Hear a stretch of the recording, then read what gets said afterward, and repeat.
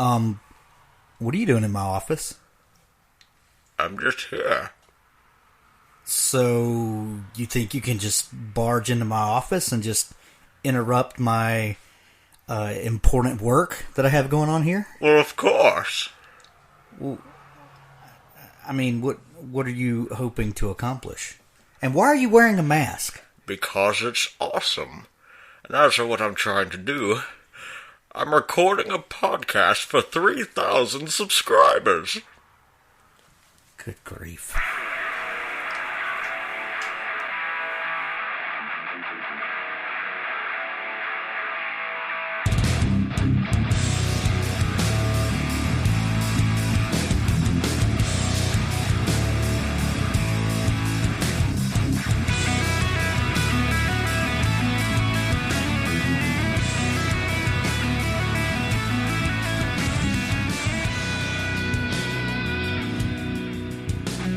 Welcome to episode 4 of...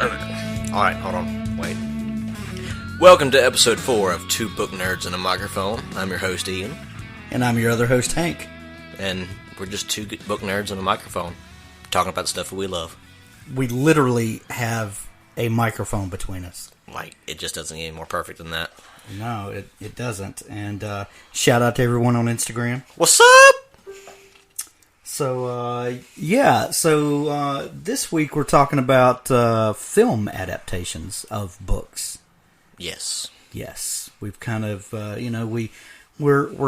it's kind of a slow burn, you know. We're building a foundation of book nerdiness. Yes. And, as we've talked about before, this podcast is not where you tune in to hear us trashing on things we hate. No, because that wouldn't be in good nerd spirit. No. That's not how you do it. No, we're here to talk about things we love. You were here to sit around and geek out and have fun. That's right. Yeah. That's right. Yeah. Are you watching yourself on your phone? I was. Shameless. Shameless as a man. Don't let us pay for that. Yeah, I better stop. So, I feel like we always make that joke in every single episode. We do. And let's keep it going. You know what? Turn your phone off. I'm going to turn my phone off now.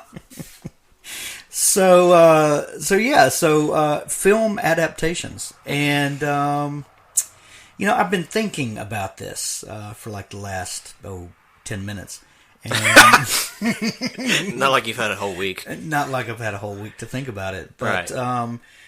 Do you have one you want to start with? I was actually considering Count of Monte Cristo. Count of Monte Cristo? Yeah. I read that one when I was 9, maybe? Yeah. And the movie still holds up. And, yeah. What is it that you love about the film adaptation? Now, you're talking about the Jim Caviezel one. Right. The one that matters. About... revenge. About love. 15 years old now? Yeah, it really is. Because Henry Cavill, who plays Superman, was the kid. Was the kid. Yes. So yes, he was. And he was 15 at the time. I mean, the character was. The actor was probably got some leeway there, but you know what I mean. So yeah, that's been a minute ago. Just a little bit ago. Wow. I think I realized that Henry Cavill was in it a couple of months ago, and it just blew my mind. I was like, oh my gosh, because the older you get, you kind of expect these things to stay right where they are. Exactly. And it's like, what do you mean Daniel Radcliffe grew up? Yeah, and that was back when Jim Caviezel had a film career. Whatever happened to that? I don't know, but I think the Mel Gibson movie, I don't know. I have no idea. I don't want to speculate. Something about being typecast, I don't know. I don't know, but I thought he was great in that movie. Yeah, he was awesome. I thought he was great. And it was a great adaptation. I think it was pretty true, pretty loyal. Yeah, too. Yeah. I think, well done. Well done. We're gonna add that to the list for sure. Mm-hmm. These are things that we think are great. I think you have to go at some point on your list. Has to be Lord of the Rings. Obviously. That's a staple. And it is, and it's probably, I'm probably, a jerk for even saying it because it's so obvious, passe. So, but I think it has to be on there. Of course, I think it does. What did you think of the Lord of the Rings, the film version, as opposed to the books? Because I remember we made you read the books before allowing you to watch the movie. Thanks. Yeah, you're welcome. I remember reading book 2 the same year that Two Towers came out on DVD. Yeah. And I appreciated the movie a whole lot more in that I was reading the book at, 8, 9 years old, and it was a whole lot of, and Frodo and Sam were walking. It's a lot of walking. Lot of two dudes walking. And Merry and Pippin were walking, and there was a tree that talked, and they were walking. And Gollum was always messing stuff up, and they were walking. And it was great. Yeah. Leaves a lot for you to imagine. But then I saw it on the big screen, and I was like, okay, this makes a lot more sense now. You got the story moving, you got everything flowing, and okay, I respect that. And then they walked. And then they walked. And then they walked. And then some eagles. Why? How come they just didn't ride the eagles to begin with? There's a fan theory. There's a big theory, actually, that Gandalf had that in mind until he got caught up in the duel with Saruman.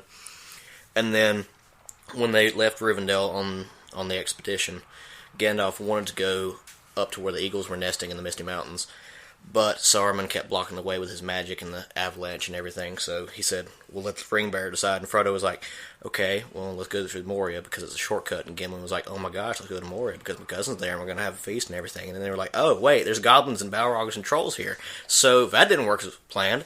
So Gandalf was like, okay, well, maybe if we get through Moria, we can go to the eagles and everything, so that'd be cool. But then, Gandalf kind of died because he was fighting a Balrog, and he was like, fly, you fools. And he was hoping that Aragorn would catch the hint that fly means find the eagles. But Aragorn interpreted that as run quickly before an orc shoots you in the face. So that's why. That was the original plan, but nobody else caught that because Gandalf was really bad at communicating. Thanks. You know why? Why? Probably had something to do with his love of the halfling's leaf. You're welcome. That old Toby. You're welcome. Yeah. It's dimmed his mind. You know what I always wondered? When in Gandalf's robe, do you think that was a bag of Doritos? I don't know. Or I'm just saying, maybe some tree bark sprinkled with some little bumblebee dust. I don't know. I'm just saying. That's probably what they would have done back then. The love of the halfling's leaf. Yeah. I was too young to catch that at the time, and now I'm like, wait a minute. Wait. Yeah, so... I wonder all the hobbits are fat. So was Tolkien, alluding to that Gandalf was chiefing up? I mean, I don't grow know. the long hair out, grow the beard, you kind of look like Willie Nelson. Or a member of the Grateful Dead. That too. Yeah. So, since we, of course, had to include Lord of the Rings, which also I dearly loved. I think, I first read Lord of the Rings when I was 10-ish.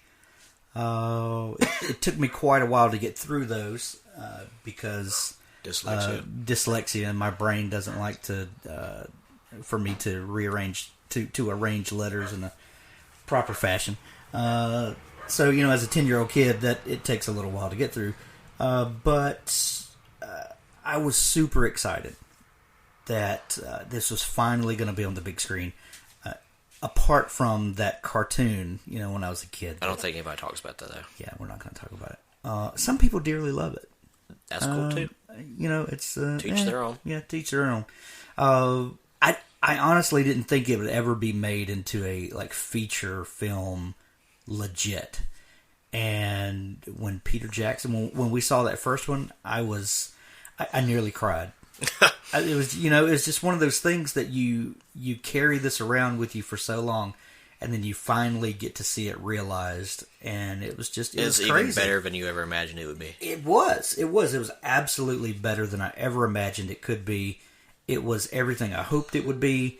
Of course, there were things that were changed or taken out, even some things added in that were not in the books. which is okay. Which is okay. I'm not one of these purists that has to have everything exactly the way I want it. I appreciate everyone has a different interpretation. I may not like it, but that's okay. That's okay. I rarely get seriously bent out of shape when someone's interpretation is different than I hoped. Sometimes, right? But I don't get too worked up about it. That being said, Iron Man 3, the Hobbit trilogy, I was not a fan of. Not really, no. I'm just not a fan. Like I wanted to love it. By the way, our family, the G7, yes, we have a tradition. Represent. Yes, G7 represent. And that tradition is that every Christmas afternoon, we go see a movie. We have for about 7 years immemorial. Actually, we're not that old, Probably about 10 years. Yeah. I think it started when Lion, the Witch, and the Wardrobe came out. Yes. No, that was like the week before Christmas, but whatever. You get the idea. Yeah. Anyway, we go see a movie Christmas afternoon, and we went to see the first Hobbit movie. 3 or 4 years ago, whenever the year it came out. Yeah, the year it came out. And I left the theater. Well, first, I felt like I was slapped in the face because it was the first movie that was in 4K and had everybody's dizzy. There was like 120 frames per second or some craziness like hyper that. realistic. It was like hyper realistic, and I kind of dug that. It was like looking through a window, really into what was going on. Like you could reach out and touch everybody. Yeah, it was crazy, hyper realistic. And I kind of dug that. I was like, well, this is cool. This is, it took a little getting used to. It was a little disconcerting, but I was into it. But at the end of the 18 hours that the movie ran, I just kind of felt numb. I was like, I don't care about it. And The Hobbit is one of those things that you should care passionately about. Right. And I didn't care. I feel like that whole trilogy was a parody of the original. It's like Peter Jackson kind of got tired. Some people say that he's greedy, that he took a small book, made a trilogy of it, and super bloated it, just for ticket sales. And I think he wanted to cram as much as he could in there, and yeah, I respect him for that. Yeah, my first reaction is not, oh, he's just greedy. At the end of the day, he's an artist. He's trying to do his job. I'm sure they thought, well, we could get some more money out of this. I'm sure that factored somewhere into it. But I don't think that was his prime motivation, nor am I going to hold that against him. But the thing that irritated me is if I just didn't care. I didn't feel like that Bilbo... You didn't have that connection with them that you had with the original characters. And I can't tell you exactly why, other than, the Hobbit is the entryway for a lot of people into fantasy literature. And there's just this, first off, it is more of a children's book than Lord of the Rings. And there's just this sense of wonder and adventure and... it's a classic adventure story, and there are monsters and dragons and whatnot, but they're awesome. There's a little guy that goes on a big adventure, and you get that feeling from the book. Like when you're 6 years old, you're walking down the street to the ice cream truck. You're like, all right, I don't know how he felt. Maybe that's a really poor analogy, but that's what came to my mind. You grew up in the country. What do you know about going to find an ice cream truck? I'm just trying to relate to the kid down the street. Okay. So, So I just didn't care. I felt like that the tone of the Hobbit movies was trying to be more grown up than it needed to be.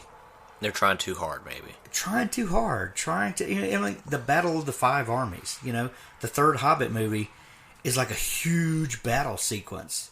It's really not that necessary. It's not that necessary. No. Let the Hobbit be the Hobbit. Let the Lord of the Rings be the Lord of the Rings. Don't try to make this one big cohesive thing. I think he really wanted people to start with the Hobbit, watch it all the way through, then go to Lord of the Rings and have a a seamless experience. Maybe he should have made The Hobbit first. I just think it was a disservice to The Hobbit. Yeah. I know the stories are connected. I know that. But and at the end of it, they are good movies. They are good movies. They're just not great. Right. Yeah. They're, Did I watch them? Absolutely. Yeah. Did he get my money? Yes, he got my money.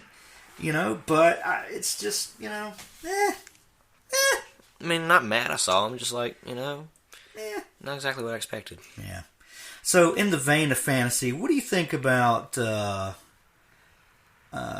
you watched much Game of Thrones? Not really, no. Not really? Yeah. More of the books.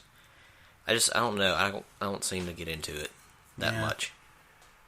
I don't really know what to do with that is. Yeah. What's another adaptation that you thought was great? I thought it was great. I mean, everyone in the Marvel Cinematic Universe is doing a pretty good job.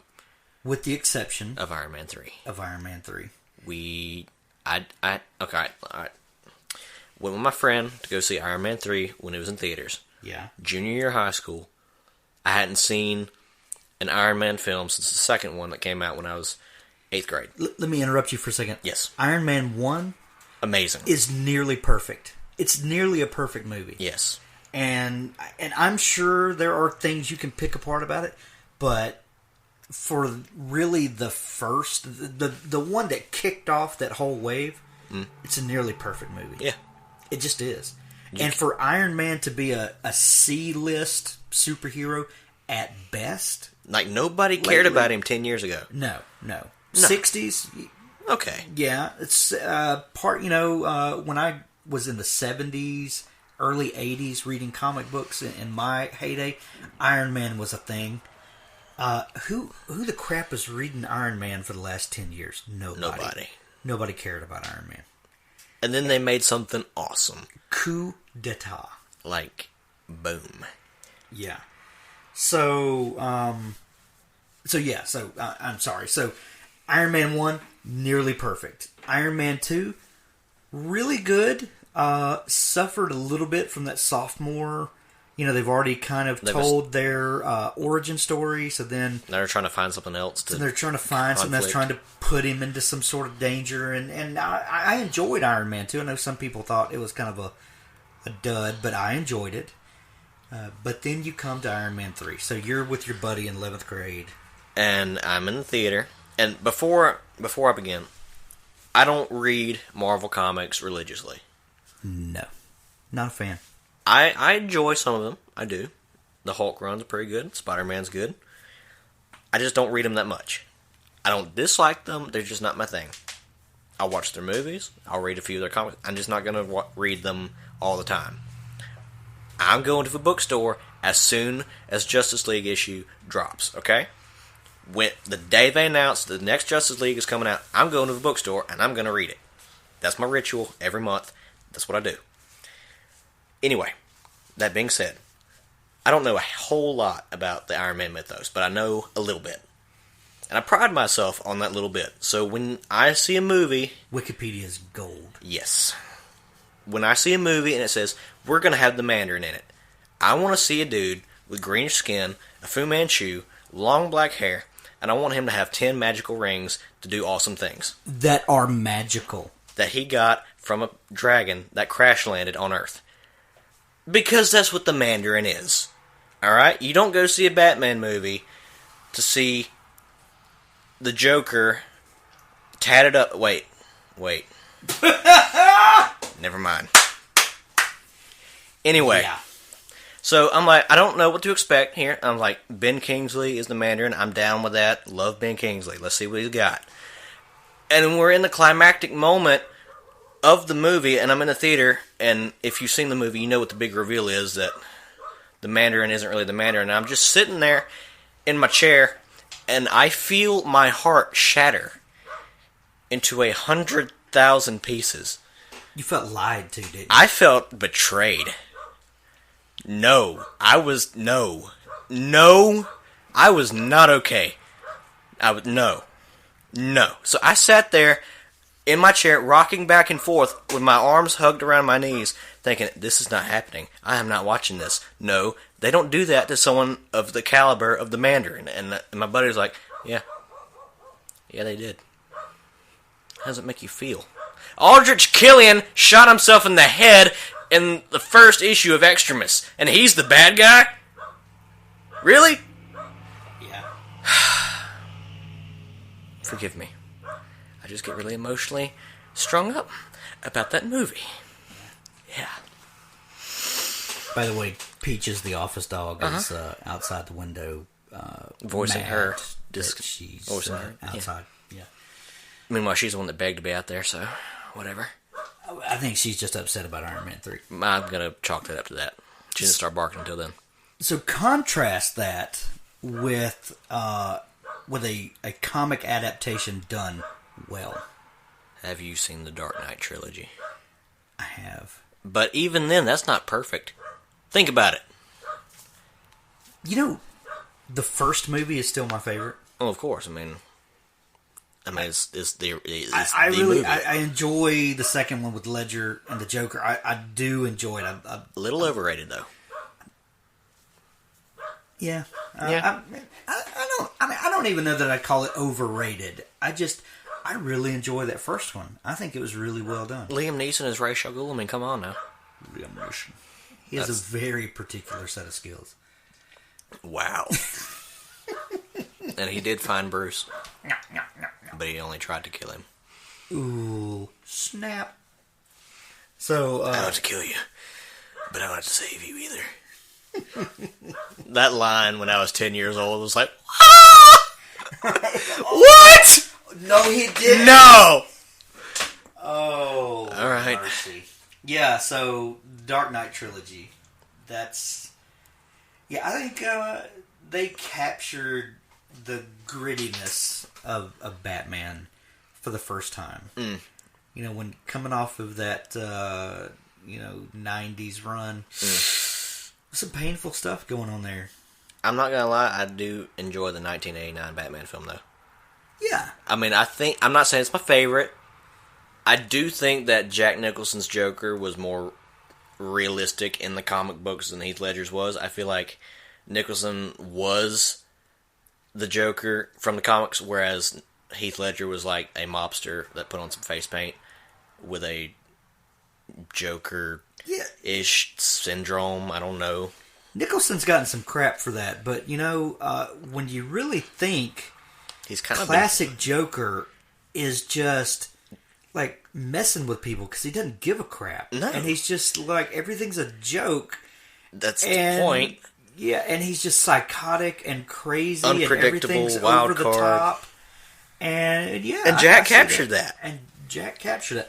He's been living the role his whole life, you know? I mean, think about it. The problem is, in one of the follow-up movies, I don't even remember which, because I've tried to forget them. Yeah, everything after that we don't. Tommy Lee Jones as Two-Face plays it the exact same way as Jack played the Joker. No, you don't do it that way. You don't, and he's like, well, it worked good for Jack, and but you're not Jack. You're not Jack, and it's not the same character. No, you don't even look like. You don't act like. No, stop. Yeah, no. Yeah. You're supposed to be like grumpy. Yeah. Stop.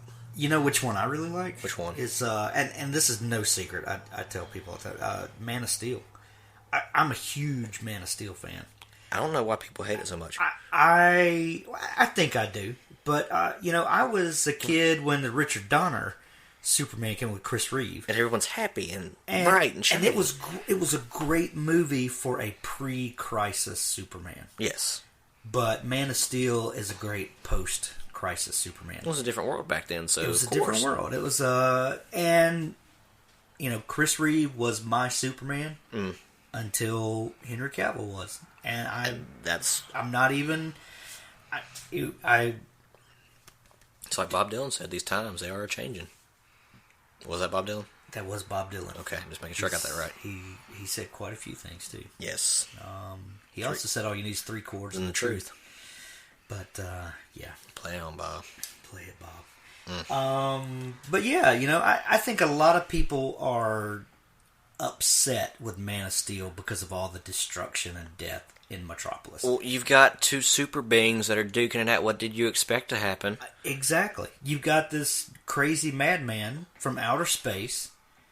It wasn't really a madman. He was just trying to do his job. Right. But in our to society, everyone else, he seemed like a madman. Whereas on Krypton, I'm sure that was perfectly normal, acceptable behavior. Well, he wanted to kill everything and everybody on Earth to recreate Krypton. I can see how that could be translated as insanity. That's, That's plausible. definitely not culturally accepted. Probably not. So then you got this other alien who's trying to stop him, and, He's got to do things that he didn't want to do. Stuff ensues. And then, oh man, all the people that got upset because he broke his neck. Well, yeah. He's not Batman. He doesn't have the no-killing code. Yeah, But anyway. Now, granted, he doesn't want to. Right. But sometimes you just got to do what you got to do so that more people don't die. What does Spock say? I don't know. What did Spock say? The needs of the many. Outweigh the needs of the few. Or the one. Or the one. That's what Spock said. You going to argue with Spock? I'm not going to argue with Spock. No. I'm not going to argue with Spock. So... You can do a finger thing. I don't know. Yeah, it puts you that Vulcan death grip. Yeah, that thing. So then you got Batman v Superman coming up. Do you bleed? You will. Yeah, I'm watching that on the laptop in my bed a few months ago, and I squealed like a little girl. I'm not gonna lie. Like, yes. Yeah. All the crap that Ben Affleck's getting. Why? I'm down with Batfleck. Why? I mean, yeah. I'm down with Batfleck. I don't care. I can don't say mind. I'm not proud. I'll say it. I'll say it. Come on now. I'll say it. So okay. So comic books. What other adaptations do you think were well done, or is there an adaptation besides Iron Man 3 that you'd like to skewer? The most recent Spider-Man adaptation I loved. Oh, I did too. I think Andrew Garfield. Yes, yeah. I think he captured the snarky, smart-aleck teenage Spider-Man that needed to be on screen.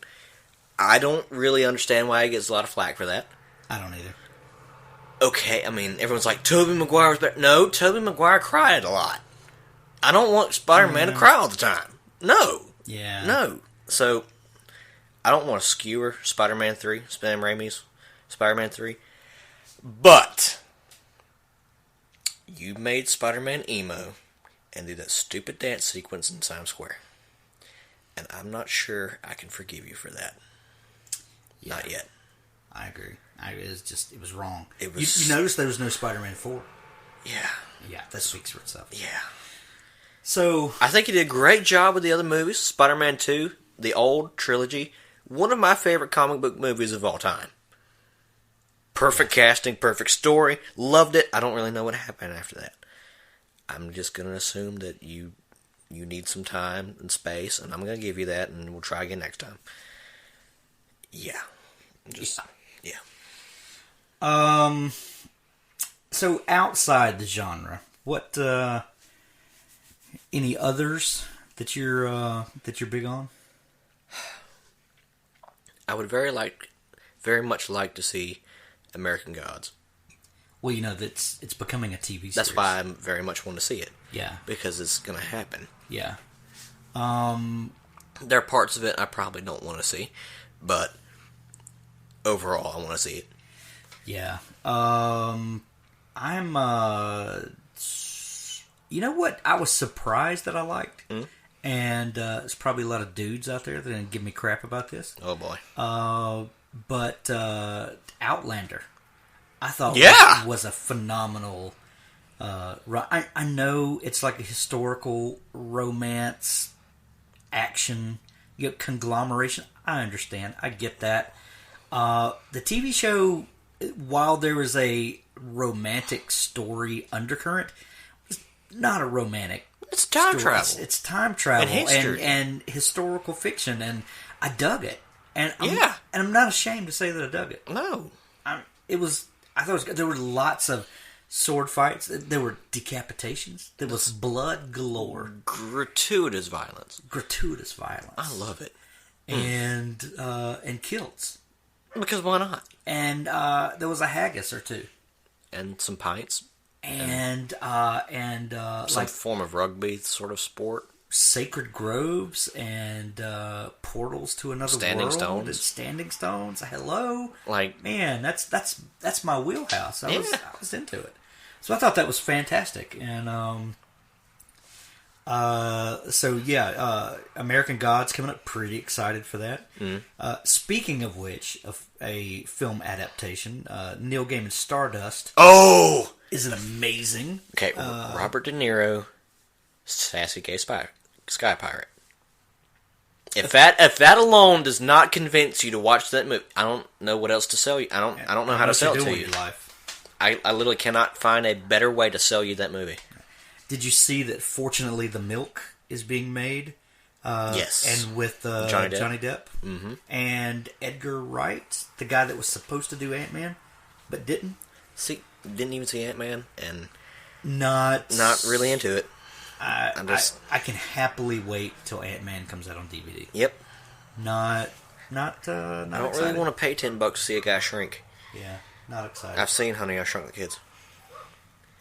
Yeah. So you know, I'm gonna throw a wild card in here as we wrap Twilight. up. I didn't read the Twilight books. Neither did I, but apparently the movies are nothing like the books, from what I've been told. Sparkly vampires. Yay! But I'm going to throw a wild card. Forrest Gump.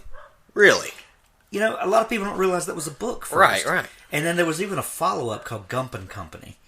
I vaguely remember that happening. Yeah, and the books were crazy off the wall. Like, Forrest cussed like a sailor and went into space with a monkey and all kind of craziness. That happened? That happened. All right. That happened. All but, right. you know, that was... we saw that movie on our honeymoon, 1994. So yeah, I'm going to throw that as a wild card. We would love for you to comment on the post and tell us what your favorite and your least favorite movie adaptations. We can have so much fun with this. We can have so much fun, people. You have no Join idea. the conversation. Please do. Yeah. Your voice is valued. This has been episode 4. Peace out, y'all. Y'all be good. And I was born in darkness.